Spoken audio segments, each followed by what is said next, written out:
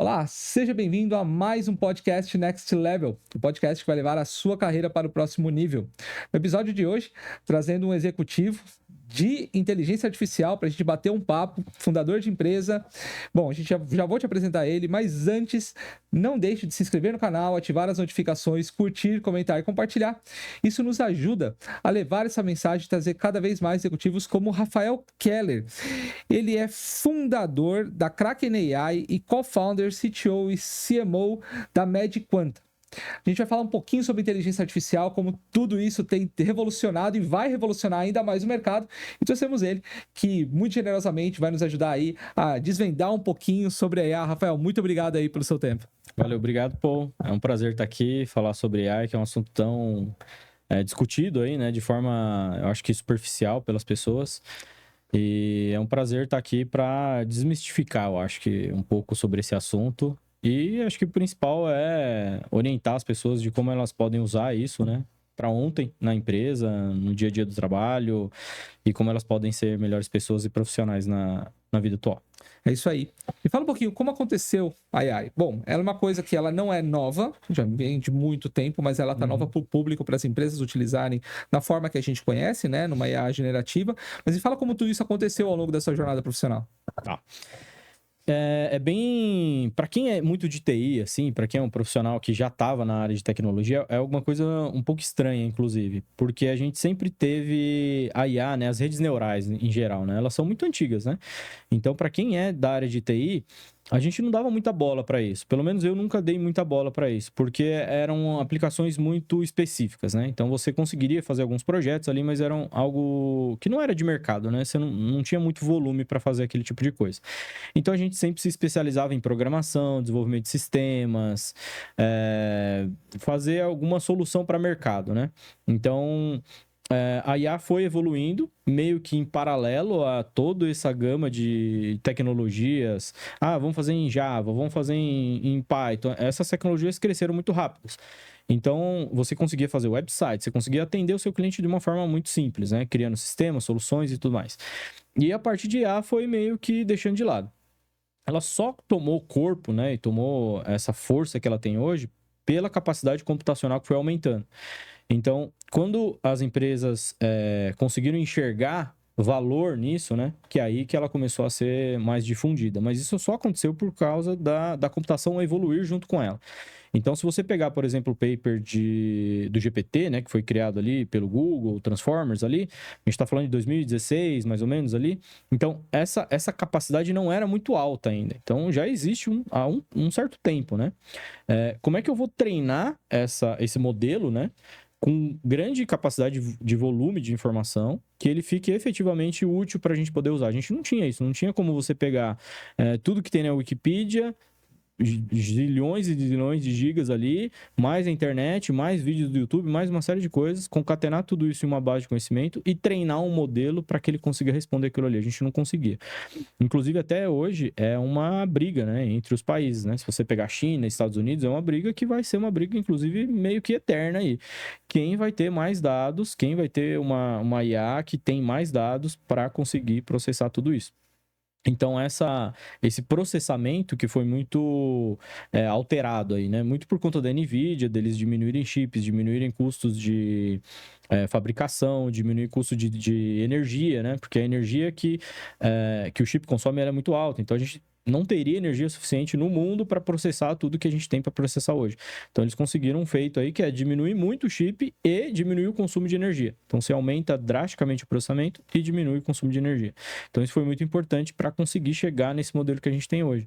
E conseguir realmente usar isso no nosso dia a dia, né? Então, hoje você tem no celular um assistente seu que pergunta qualquer coisa sobre qualquer assunto e ele vai te responder como muito melhor do que um ser humano te responderia. Então, acho que esse grande salto foi feito. E agora que eu tô sentindo que as pessoas de tecnologia, elas estão enxergando a IA.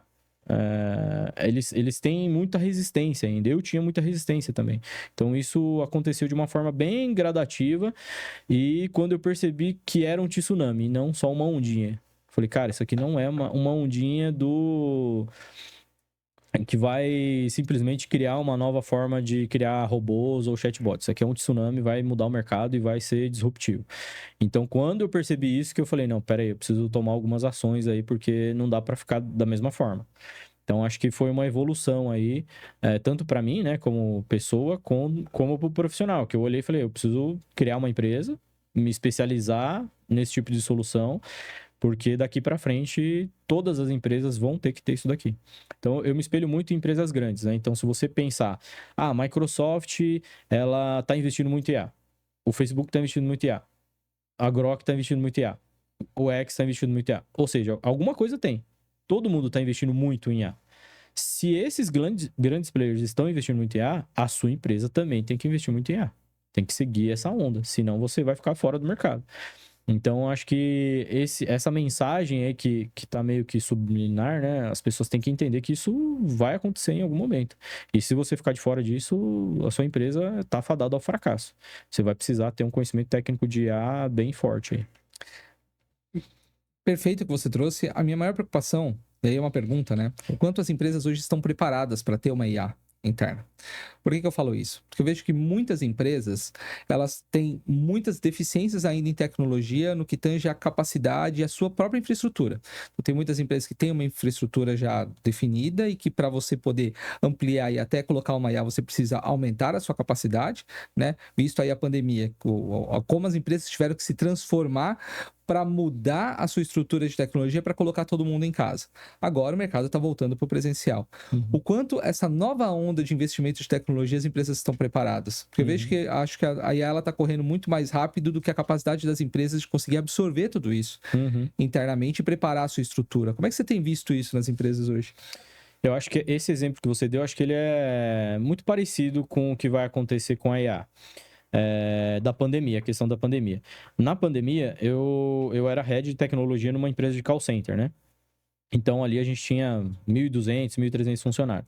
Imagina que chegou uma normativa de que não poderíamos trabalhar no mesmo lugar. 1.300 pessoas. Como é que a gente faz para manter as operações funcionando, né? Imagina a loucura que foi isso. Então, assim, foi um home office obrigatório. Então, a gente fez, em menos de uma semana, todo mundo ir para casa, trabalhar de casa, atender telefone em casa, com aquela internet que cada um tinha. Ou seja, teve que se virar de alguma forma para conseguir fazer isso acontecer. Por quê? Porque era uma obrigação. A gente tinha que fazer aquilo. Senão a gente morreria. Ou seja, eu vou fechar o call center porque as pessoas não podem vir para cá. Fechou a empresa. Eu acho que a IA, se você colocar na sua cabeça que a IA é exatamente esse ponto de inflexão, aí você consegue fazer essa transição. Ou seja, se eu não colocar agora, eu vou morrer lá na frente.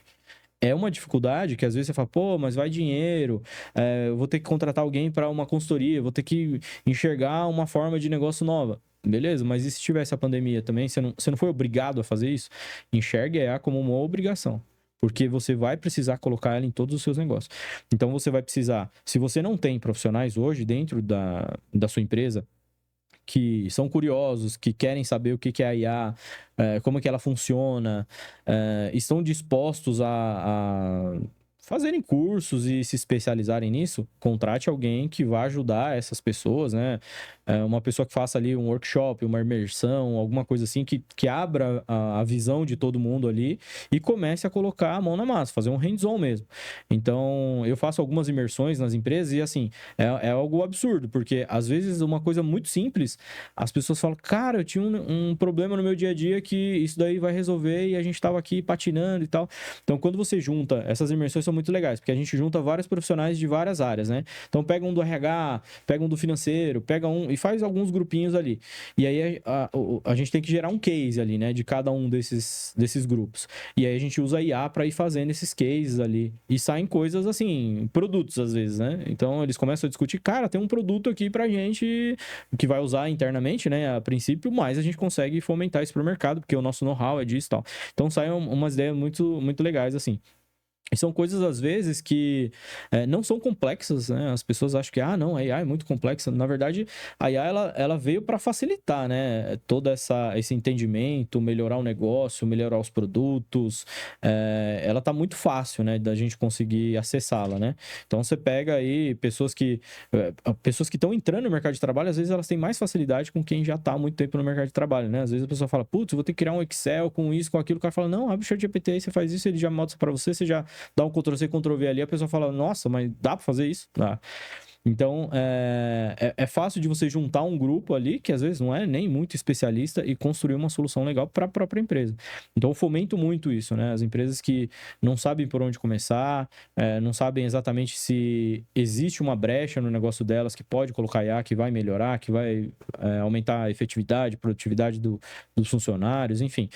Chamar alguém que consiga prestar esse suporte para a empresa, uma imersão ali para os funcionários mesmo, com o apoio, óbvio, da alta direção, com o apoio do C-Level, até do presidente ali, para enxergar, né, essas ideias que estão surgindo ali. Muitas das vezes acontece, olha que interessante, a gente vai nessas imersões e surgem pessoas falando, isso daí eu faço no meu dia a dia. E cadê as pessoas em volta dele apoiando esse funcionário, entendeu? Esse é o ponto. Aí você fala, cara, mas vocês estão vendo o que esse cara faz e tal? E aí você mostra. O que você já fez? Abre aí. Eu fiz isso aqui, fiz... Aí todo mundo que tá em volta fala, caraca, cara, como é que você fez isso? Porque, às vezes, a pessoa que é técnica, ela é muito retraída. Ela não é essa pessoa do oba-oba, sabe? Que vai se vender, né, o tempo inteiro e tal. Exatamente. Não é de marketing. Então, ele fala, cara, eu apliquei aqui no meu dia a dia e tal, tô fazendo algumas coisas, tá bom pra caramba. E então, às vezes, uma pessoa de fora precisa entrar na empresa pra falar, vocês já têm alguma base de conhecimento aí, que já dá para ser usada, né? E fazer algum tipo de ação ali dentro. Então, é bem importante essa parte de fomentar isso dentro da empresa e olhar se já não tem gente fazendo, porque provavelmente deve ter alguém ali que já tá mexendo com alguma coisa, entendeu? E o quanto as pessoas, os colaboradores estão preparados? Porque, assim, hoje fala-se muito que a IA vai roubar o emprego de muitas pessoas. Uhum. O que eu acredito fortemente. Sim. Eu acredito fortemente. Tenho frequentado eventos de IA e tudo mais, e todas as pessoas que lidam com IA sabem que vai acontecer e não tem outra alternativa. O que é muito manual, que você faz muito manual, que a IA pode fazer, aquele emprego ali, ele vai ter que ser ressignificado. Uhum. Aquela pessoa vai ter que fazer uma outra atividade.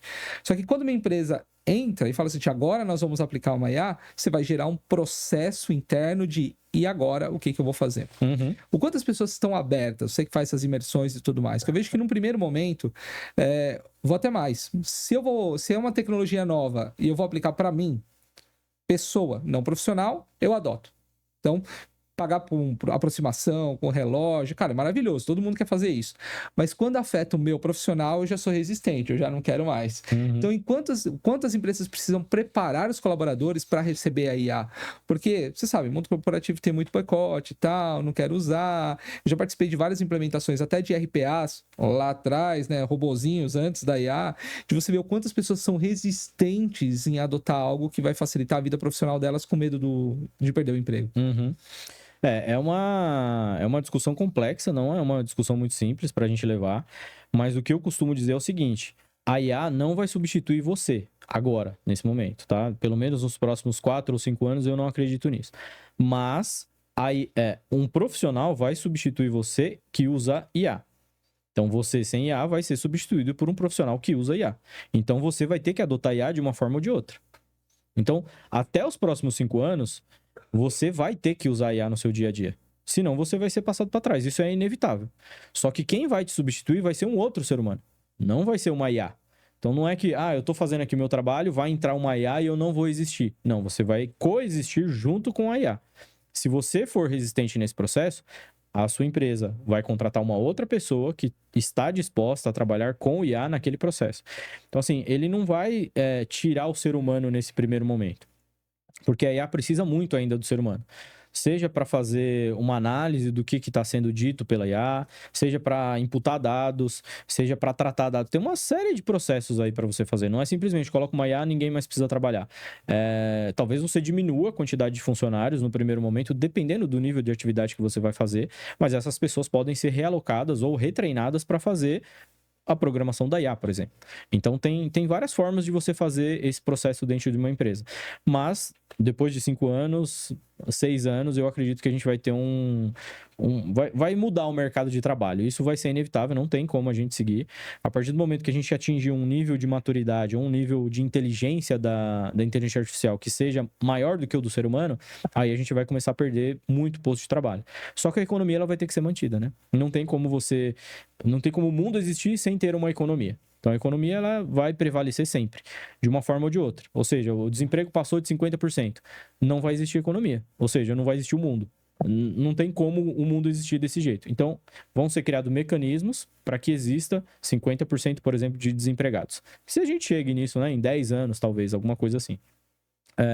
Então, essa economia, eu não ficaria com medo, eu acho que vai mudar bastante, só que você vai ter que participar disso. Não tem como a gente falar, não, eu não quero, vou ficar no meio do mato e vou viver lá no mato. Tá bom, você vai ficar lá. Agora, se você vier para a cidade ou grandes centros, a IA vai estar presente cada vez mais em automóveis, no seu dia a dia, através de robô, através da internet. A maioria das coisas que você vai fazer vão ser muito mais simplificadas, você não vai precisar ficar inventando coisa.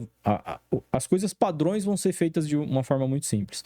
E aí que entra a nossa criatividade, né? O ser humano é muito criativo em criar novas coisas, em criar novas tecnologias, em criar novas formas de coexistir. Eu acho que nesse ponto que a gente vai ser forçado a criar novas coisas, né? Hoje a gente está muito acomodado, né? Tá aqui, tá fácil, eu pego aqui, faço isso. Então a criatividade acaba... eu juntei uma coisa... Não é nem criatividade, né? Combinatividade, né?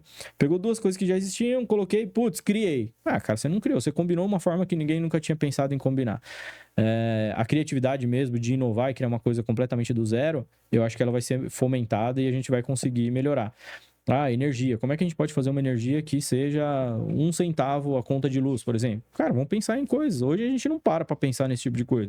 Então, assim, essas grandes evoluções vão começar agora. Vamos ter que sentar aqui e começar a pensar, porque a IA já está fazendo uma série de coisas que a gente não precisa mais fazer. Então, vamos parar e vamos pensar e vamos descobrir novas fontes de energia, como que a gente capta melhor a energia do sol, que hoje é uma porcaria. A gente não capta nem 30% aí de energia. Se a gente pegar a energia do sol hoje, em um dia, a gente abasteceria 1 ano de toda a energia, o consumo que a gente tem. Em um dia. A gente não consegue captar isso. Como é que a gente pode captar? Será que a IA não vai ajudar a gente a fazer isso? Começa a abastecer a IA com novas ideias, com novas tecnologias, com novos componentes que a gente vai descobrindo. E aí? Será que ela não consegue processar tudo isso e combinar de uma forma melhor? Então, acho que ela vem para agregar, entendeu? Vai ter o vale, que a gente conversou, obviamente. Vai ter muito emprego que vai ser perdido, mas eu acho que a parte da abundância vai vir também. Eu acredito muito nisso. Acho que as pessoas vão se adaptar ao longo do tempo, mas vai ter um momento em que vai existir o conflito, como aconteceu com os taxistas e Uber, né? Eu rejeito num primeiro momento e começo a atacar, e depois eu começo a conviver e até usar, porque eu não tenho mais o que fazer. Sozinho eu não vou conseguir combater, ou seja, ou eu vou aderir a ela ou não, né? E aí as pessoas vão ter que começar a pensar. Eu acho muito engraçado que as pessoas, o desenho Jetson, né? As pessoas adoravam o desenho Jetson, falavam, cara, tecnologia, tal. Hoje a gente está vivendo algo muito parecido, né? Então a gente tem a telemedicina. Queria até que você comentasse sobre o MedQuanta, que, cara, genial esse processo que vocês estão fazendo de interação e tudo mais. E o quanto isso vai facilitar a vida das pessoas, né? Para que elas possam utilizar, obviamente, mas ressignificar suas carreiras. E aí vai para um outro lado onde elas vão ter que trabalhar isso. Mas vamos falar um pouquinho desse MedQuanta aí, que é uma forma de aplicação da IA que eu queria que você trouxesse, justamente para mostrar para as pessoas o potencial da IA hoje, né? E aí depois a gente fala o que está por vir da IA, né? Como é que você vê os próximos 5 anos de IA. Legal. O MedQuanta, ele surgiu... eu abri a startup, né? Eu saí dessa empresa, era um call center, eu era head ali de tecnologia, tinha alguns funcionários ali que trabalhavam comigo. A gente fazia alguns projetos de IA, não era 100% focado em IA, né? A gente tinha grandes players ali, né? No call center. Então, essas big techs, né? Essas grandes empresas, você pega a Pfizer, Ambev, Coca, eles têm uma certa restrição para usar essas novas tecnologias. Então, a gente tinha muito laboratório lá, GSK, Novo Nordisk, enfim. Eles têm um certo compliance ali que você não pode usar a OpenAI, por exemplo. Então, você teria que criar um modelo de linguagem específico. Os dados têm que ficar apartados, enfim. Tem uma série de segurança ali que você tem que seguir, né?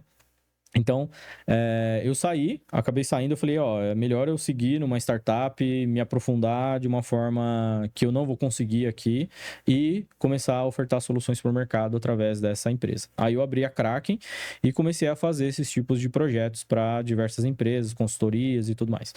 E aí eu comecei a perceber que vários mercados, eles precisam da IA para melhorar, impulsionar e trazer novas soluções.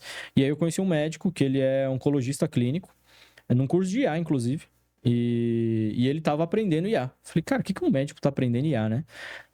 Com a cabeça, assim, super antenado e querendo fazer, e aí ele me chamou e falou, pô, Rafa, eu vi que você está aí no curso, tal, você tem bastante experiência, eu queria fazer algo assim, assim, e foi explicando algumas coisas que ele queria. Falei, cara, isso daí dá pra gente fazer. Como ele queria contratar ali uma forma de eu ajudar ele a fazer alguns bots, né? Para atender os pacientes oncológicos dele. Então a gente criou ali um bot que chama Lana, que é para atender pacientes oncológicos, é específico para pacientes oncológicos, quem tem problema com câncer e tal.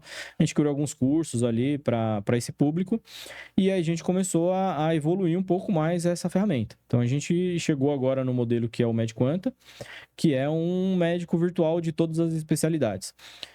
Por enquanto ele está aberto no WhatsApp para uso público em geral, a gente preferiu deixar ele aberto para ajudar as pessoas e tentar entender como que vão vir as perguntas, né?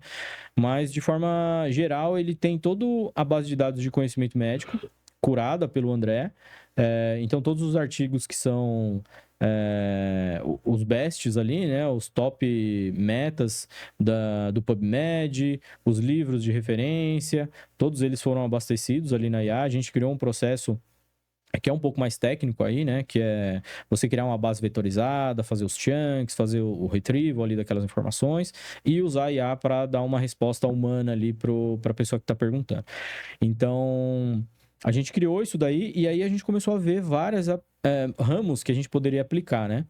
E alguns players vieram conversar com a gente não sabia muito onde aplicar e começou a colocar a cara, né? Então a gente foi O primeiro lugar que a gente lançou, a gente tinha acabado de construir ele, falou, tava testando ainda, tava cheio de markdowns, assim, na resposta do WhatsApp, sabe? Aquele monte de caractere meio estranho. A gente falou, cara, vamos testar desse jeito aí, depois a gente corrige aí. A gente foi no AI Summit, que aconteceu ali no Mackenzie. E aí tinha uma espécie de rede social ali no Mackenzie, né? Que era tipo um Facebook, ali você postava alguma coisa. E aí eu postei, como quem não quer nada ali, né? Naquela programação. E aí o André me mandou uma mensagem e falou, Rafa, tá acontecendo alguma coisa, tem um monte de mensagem aqui no MedQuanta, um monte de gente perguntando o que aconteceu. Eu falei, cara, eu mandei aqui no grupo aqui. Devia ter umas 2.500 pessoas ali. E aí o pessoal foi passando um pro outro. Então a gente não fez uma divulgação em massa em lugar nenhum. Foi só assim no AI Summit que começou, grupos de família, grupo da igreja, grupo assim, e foi indo. E aí o pessoal começou a usar, começou a perguntar. Hoje a gente deve estar próximo agora de umas 20 mil mensagens, mais de 1.000 pessoas que já usaram. A gente deve ter consumido aí uns 50 mil tokens de conversa, então tem bastante uso. E a gente começou a conversar agora com hospitais, né? Porque imagina que dentro de um hospital tem várias funções ali, né? Que são executadas por enfermeiros, médicos, e todas elas têm um risco de... A pessoa tá com vários pacientes para atender, um médico geralmente no hospital tem ali 20, 30 que ele tá atendendo ao mesmo tempo. Então, se ele tiver um copilot ali, um ajudante, né? Que possa direcionar ele e falar, ó, a probabilidade de ser esse caso é de 90%. Ele vai olhar, vai falar, putz, tem razão, beleza. Imprime aí para mim e tal, já vai imprimir a prescrição, ele olha, assina, ótimo, vamos pro próximo. Ou seja, vai aumentar aquela precisão de diagnóstico, vai aumentar a precisão da medicação que ele tá dando para ele. Lógico que sempre vai ter que ter um médico ali para fazer todo o processo, né? Mas agiliza muito. E empresa de telemedicina também, isso daí a gente tá fazendo algumas POCs agora. Está sobre NDA, né? Não posso falar quais são as empresas aí, mas hospitais grandes, inclusive. Então, como é que funciona, né? O enfermeiro hoje que faz o atendimento, geralmente, numa telemedicina. Faz a triagem, né? Faz uma triagem ali. Então, porque às vezes é muito simples, né? Alguma coisa que não precisa de um atendimento médico urgente, não precisa nem ir no hospital. Então, o enfermeiro, ele atende essa pessoa via chamada e aí começa a conversar com ela. Ah, eu tô vomitando. Ah, mas eu tô olhando seus exames aqui, os últimos exames que aconteceu isso e tal, e você tá tomando tal medicamento, certo? Ah, é isso mesmo. Ah, peraí. Aí ele vai lá, olha todos os exames, olha todas as medicações, olha todo o histórico. Fica lá, uma chamada de meia hora. Ah, o vômito é uma reação desse medicamento, faz 2 dias que você tá, então tá tudo certo. Aí se liga de novo se você precisar, se passar de 5 dias, por exemplo. Então, esse processo é muito moroso. E aí a IA faz exatamente acelera isso, né? Então, se você jogar todos os exames daquele paciente, jogar a medicação que ele está tomando, todos os sintomas que ele está sentindo, em 40 segundos ele te mostra, ó, é uma reação desse medicamento, isso tende a durar de 2 a 5 dias, não existe uma necessidade de análise através de um médico ou alguma coisa. Estou dando um exemplo, tá? Eu não sou médico. E essa medicação dá essa reação adversa mesmo. Então tá tudo dentro do normal. Isso foi um atendimento de 2 minutos, entendeu? Então você transformou algo de 40 minutos para 2 minutos. Então essa mesma pessoa vai conseguir atender um público muito maior.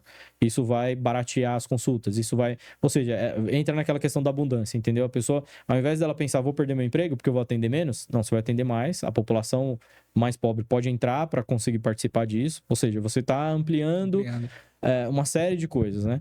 E esse é um dos itens, né? No nosso pitch desk do MedQuant, inclusive, a gente colocou são 5 mortes por minuto por erro médico no mundo. Então, assim, é um dado alarmante que alguém tem que resolver isso. A gente está tentando atacar essa forma de resolução.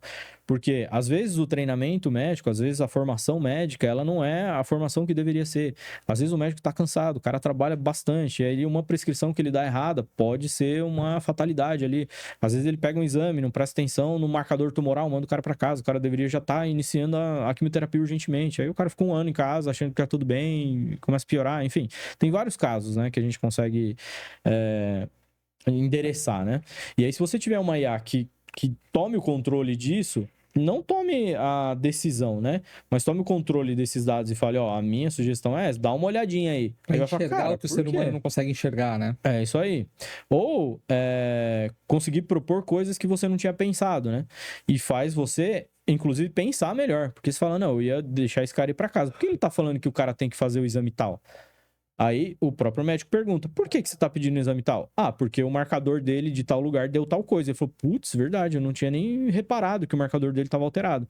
Faz sentido, beleza, manda pro exame. Ou ele fala, não concordo, tal, acho que tá tudo certo. Beleza, o médico tem a capacidade de tomar as decisões por si só. E mandar o paciente pro médico e reportar, né, para uma equipe técnica, falar, ó, IA falou alguma coisa que não faz sentido aqui. Para a equipe analisar e saber o que está acontecendo ali.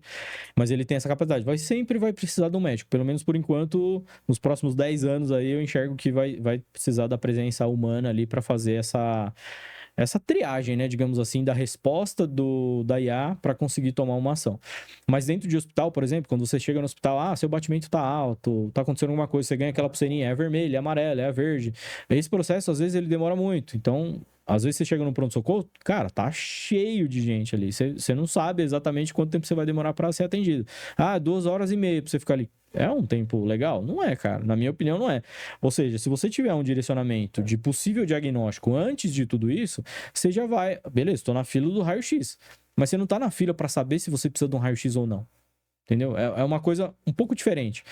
E precisamos mais de equipamento de raio-x, porque tem 10 pessoas na fila de raio-x, tá bom? Agora tem 50 pessoas numa sala de espera esperando para saber o que vai acontecer com elas. Se eu vou para o raio-x, se eu vou para a tomografia, Exatamente. se eu vou tirar exame de sangue, se eu vou falar com o médico A, com o B, com o C, se é cardiologista, se é não sei o quê. Ou seja, não faz muito sentido. Então, se ele entrar ali na salinha de triagem, beleza, a enfermeira vai fazer as mesmas coisas que ela já faz hoje. Só que ela vai abastecer tudo isso numa IA. O que você está sentindo? Desde quando? Fazendo o quê? Tomando o quê? Ele já vai dar precisa passar com um médico especialista X. Ou já direciona para o exame. O exame que ele tem que fazer é tal. Aí já cai para o médico para falar assim, eu concordo. Ou seja, o médico ele vai concordar, ele não vai fazer tudo isso de pergunta de novo. Ou seja, esse tempo ele vai ser encurtado, entendeu? Então, tem várias etapas desse processo que elas podem ser encurtadas de forma segura. Então, a ideia é sempre ter essa segurança do médico ou do profissional de saúde que está ali, mas a IA sempre melhorando isso daí. E aí, conforme você vai imputando dados, ela vai ficando cada vez melhor, mais robusta e mais inteligente, né, digamos assim, naquele processo específico. Então é isso que a gente vem fazendo na Isso é genial, cara. Isso é genial, porque o médico precisa dos exames para fazer uma análise. Sim. Você vai perguntar, ele vai te fazer uma série de perguntas que outros poderiam estar fazendo, e ele dizer se mais ou menos esses exames é o que ele precisa, e você já entrar para falar com ele já com todos os exames e até uma pré-análise do resultado do exame para ele. Exatamente. Porque facilita muito. E hoje, não sei se as pessoas sabem, mas quando você vai num hospital, tem os sistemas MV, tá? Tem alguns sistemas que você já tem meio que ali, ele faz as perguntas e já tem meio que a receita pronta, né? Do que fazer para aquele determinado caso, se for algo padrão. Então já existe meio que essa padronização. A ideia é que a IA coloque uma inteligência nessa padronização, reduza o tempo e os médicos ganhem produtividade com isso. Né? Eu acho que isso é genial, cara. Espetacular o que vocês estão fazendo. E como é que tem sido a resposta do público em relação a isso? O público tem gostado ou ele tem ficado cada vez mais preocupado e assustado com isso? A gente tem algumas vertentes aí, né? Essa parte do hospital, a gente consegue direcionar essa base de conhecimento para onde a gente quiser, né? Nessa parte do WhatsApp, a gente preferiu focar em terapia. A primeira resposta não é o medicamento comum, né? Que você vai lá na farmácia e compra. A primeira resposta sempre é um medicamento alternativo. O André, ele é oncologista integrativo. Então, ele rodou o mundo aí fazendo essa parte integrativa e tal. E os pacientes procuram ele justamente porque ele não prescreve somente a químio, né? Ele prescreve a químio, ele exige que o paciente faça isso. Cabe ao paciente. Tem paciente que fala, eu não quero fazer e tal. Ele fala, cara, tem que fazer, mas você não quer, tudo bem. E ele faz essa parte integrativa. E essa parte integrativa ela é muito forte, assim, né? E ele colocou todo esse conhecimento também no MedQuant. Então, o MedQuant, ele consegue responder, por exemplo, eu tô com uma infecção. Ele fala, cara, cúrcuma numa dose XYZ, ele é muito bom para infecção.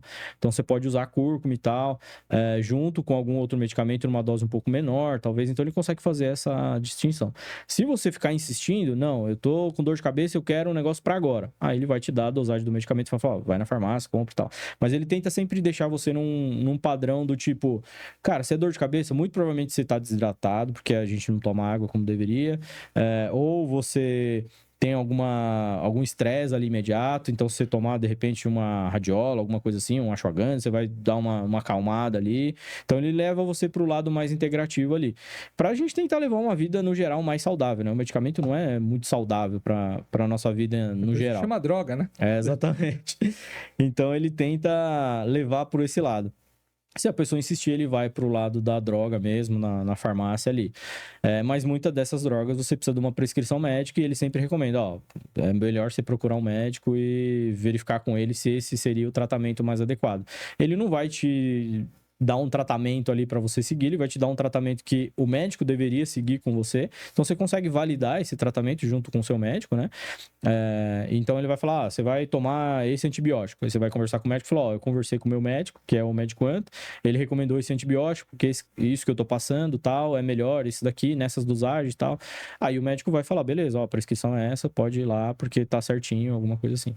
Então, a gente teve casos, por exemplo, de perguntas, alguns exemplos, né, que aconteceram, que a pessoa falou assim, meu filho toma antidepressivo, acho que ele tinha 13 anos, 8 anos, alguma coisa assim. E ele tá tremendo. Aí o médico respondeu, ele tem que ir pro hospital imediatamente. Não respondeu, não perguntou mais nada.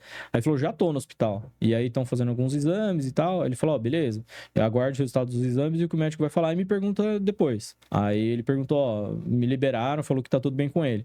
Aí o médico falou, mas ele fez o exame tal, tal e tal? Aí ele falou, não. Ele falou, então não saia do hospital enquanto não tiver esses exames prontos, porque tremedeira junto com esse medicamento, junto com não sei o que, pode ser um indício de não sei o que lá. Esse exame vai descartar essa possibilidade. Aí o cara retornou e falou, falei com o médico aqui que eu tinha conversado com você, ele pediu o exame e a gente tá aguardando. Aí veio o resultado e falou, o exame deu ok, ele me liberou agora. Então, assim, é uma validação, entendeu? Talvez o médico tenha visto que não era tão necessário fazer esse exame, né? Ele olhou ali o quadro, né?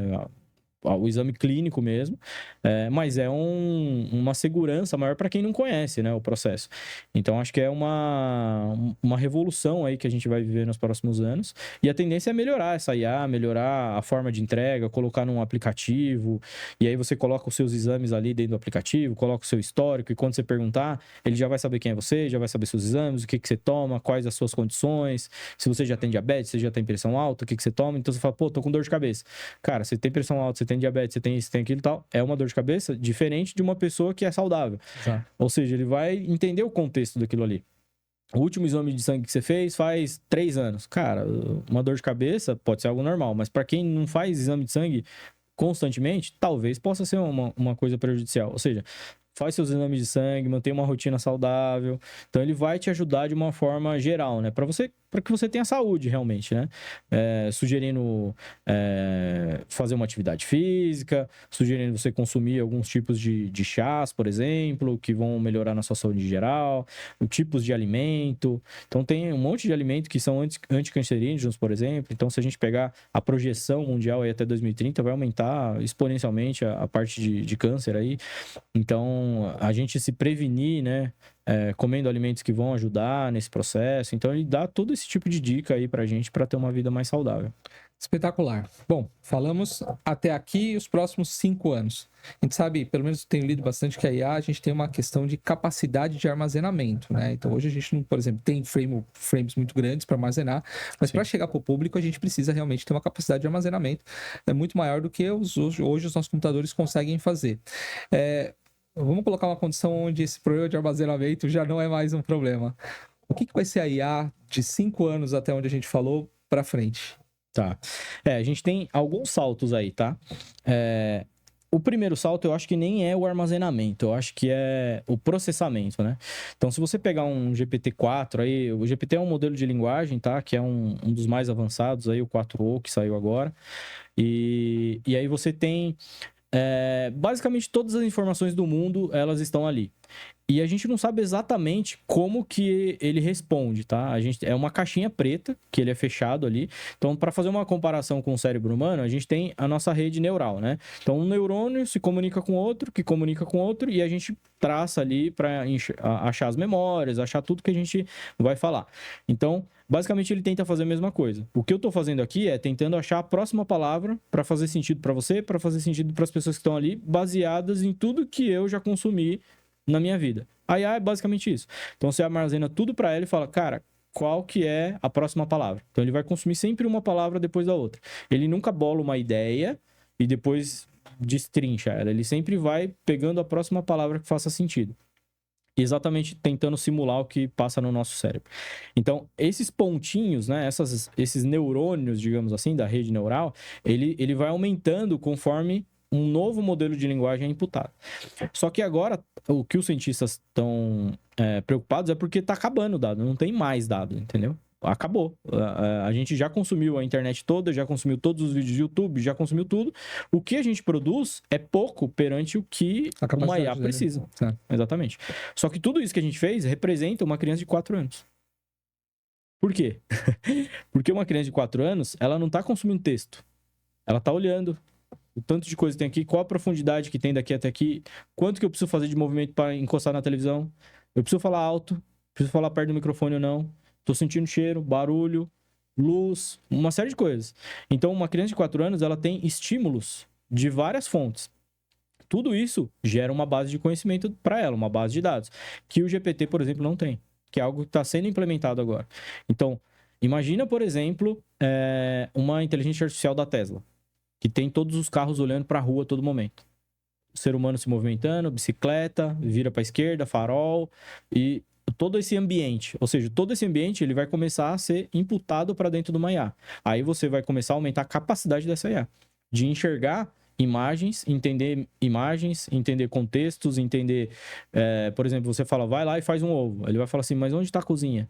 Se você não programar hoje a IA, onde está a cozinha, onde estão os ovos, onde está a frigideira, ele não vai conseguir fazer. Vai chegar no momento, é igual um ser humano. Se você falar, Rafael, vai lá e faz o ovo. Vou tentar achar a cozinha, vou achar o ovo, que faz sentido estar na geladeira, e vou fazer, vou me virar. Mas a IA hoje, ela não consegue fazer isso. Se ela for treinada com o ambiente...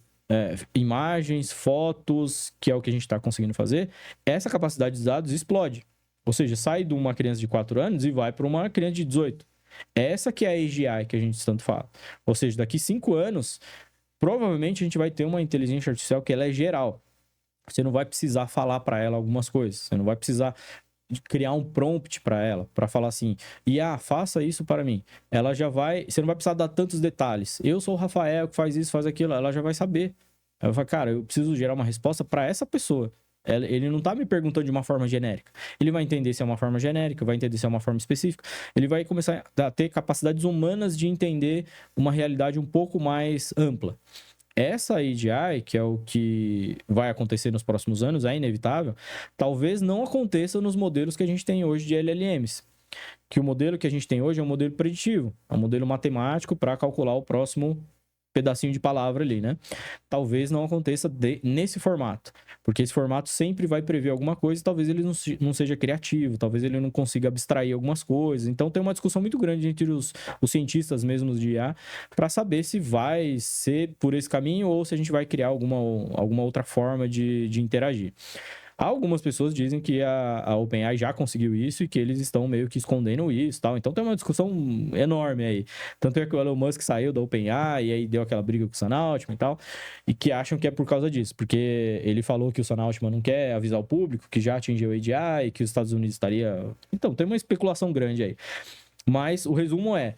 Os Estados Unidos e a China, eles têm essa briga para quem vai atingir a AGI. Ou seja, os próximos 5 anos são cruciais para determinar o futuro da humanidade. Se os Estados Unidos atingir a AGI primeiro, vai ser uma superpotência, uma supremacia em IA. Se a China atingir primeiro, vai ser a China. A gente tem 2 polos muito diversos aí em questões geopolíticas, né? Então, quem chegar na AGI primeiro vai ter uma força muito grande mundial. Porque essa IA vai conseguir determinar tudo que vai ser criado para a nossa humanidade nos próximos anos. Ela vai ser um Einstein multiplicado em várias, porque você não tem uma AGI, né? A AGI ela consegue se replicar e fazer isso em vários componentes, né? Em vários computadores, em vários processos, né? Então você vai começar a ter menos a capacidade humana. Aí a gente começa a falar de o ser humano vai ser substituído. Nesse momento, sim. Quando tiver a AGI, a gente vai ter sérios problemas de o que eu vou fazer da vida. Por que tá tendo esse podcast? Por que não pode ser 2 IAs? Uma IA que sabe muito mais de inteligência artificial do que eu e uma IA que sabe muito mais de entrevistado do que você. É muito simples de ter isso. Inclusive hoje. Não é o Google lançou uma ferramenta mais ou menos para podcasts nesse sentido. De inglês, né? De inglês. Não tem em português ainda. Você joga o texto, ele faz um podcastzinho. É bem legal essa daí. Tem alguns grupos que eu participo de IA que no final do dia ele gera o podcast da conversa que teve no grupo. E é bem, bem legal, assim, a entonação da voz, tá bem bonitinho. Então, assim, se é um assunto que você quer realmente se aprofundar, provavelmente a IA sabe melhor do que você. A IA sabe mais de IA do que eu, obviamente. Se você chegar no ChatGPT hoje e perguntar sobre IA, ela vai te explicar de uma forma que eu não consigo explicar. Porque ela tem um conhecimento muito, muito melhor.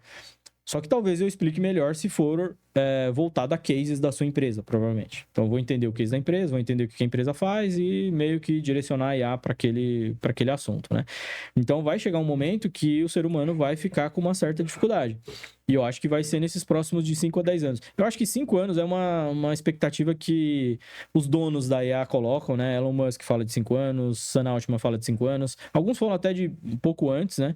Mas eu acho que é o hype de querer que essa onda aconteça muito rápido e atrair investimento.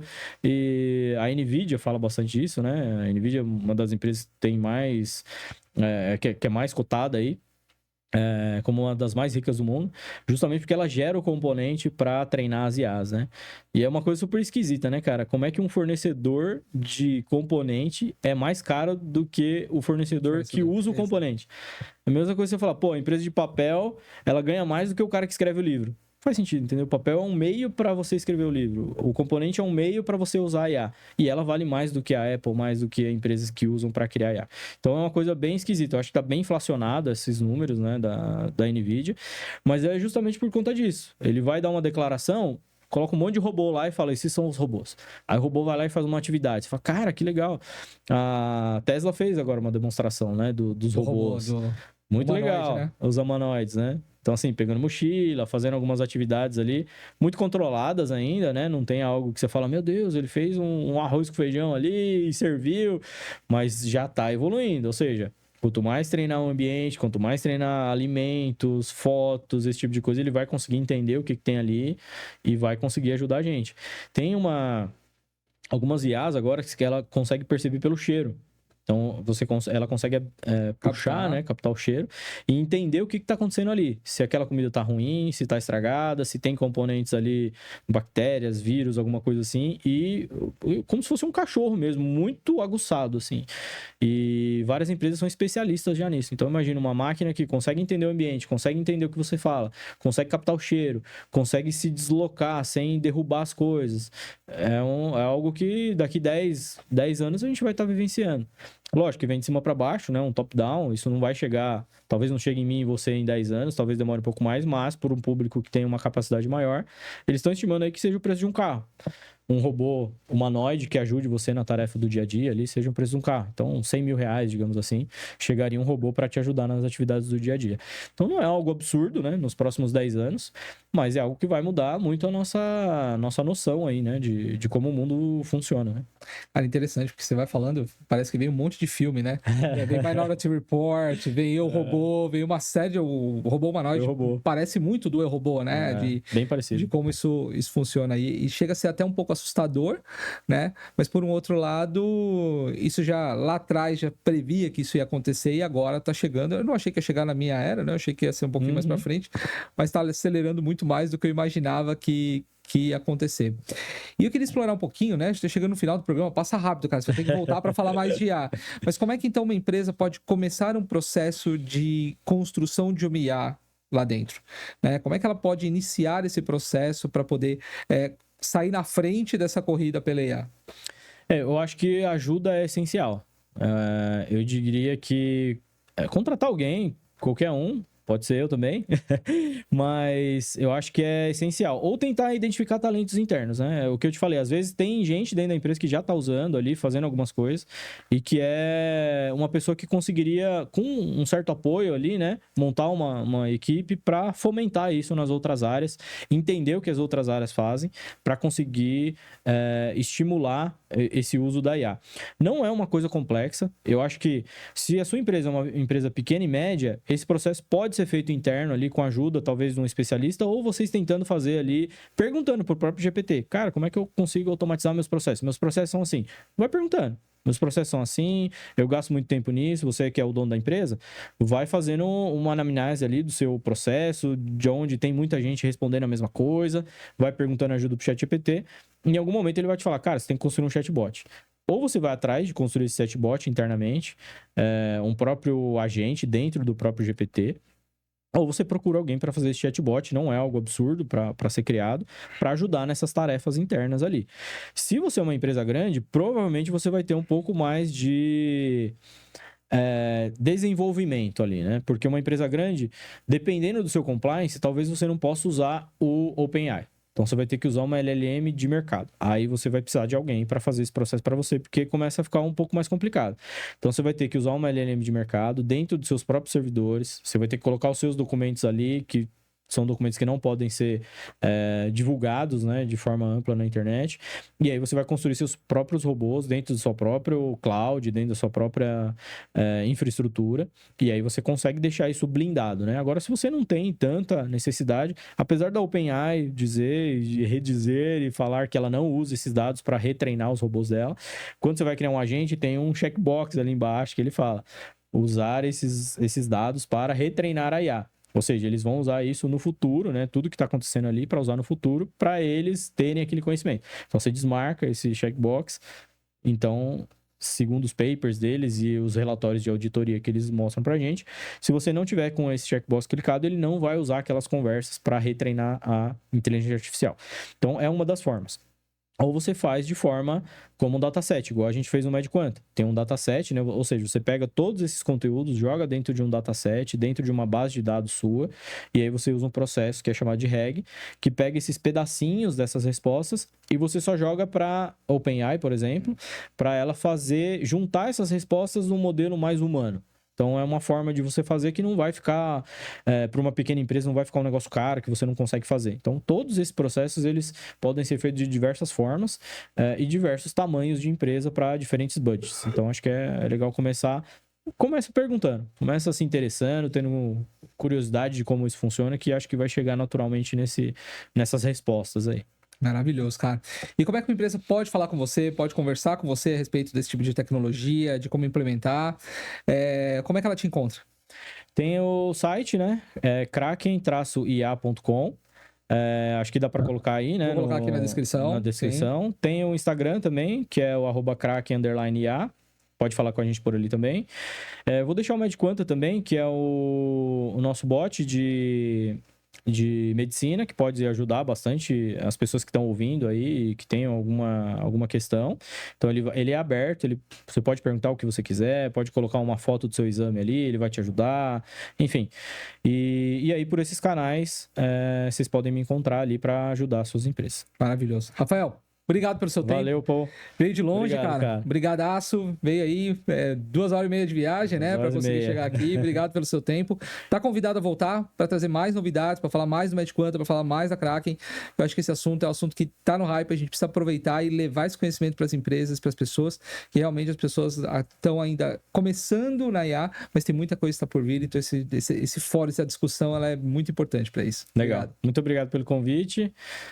Todos fiquem com Deus. Abençoe. Até mais. Tchau, tchau. Obrigado. Obrigado a você que nos acompanha. Não se esqueça de se inscrever no canal, ativar as notificações, curtir, comentar e compartilhar. Isso nos ajuda a crescer o canal e trazer cada vez mais executivos como o Rafael para gerar insights para sua carreira. Até o próximo podcast Next Level.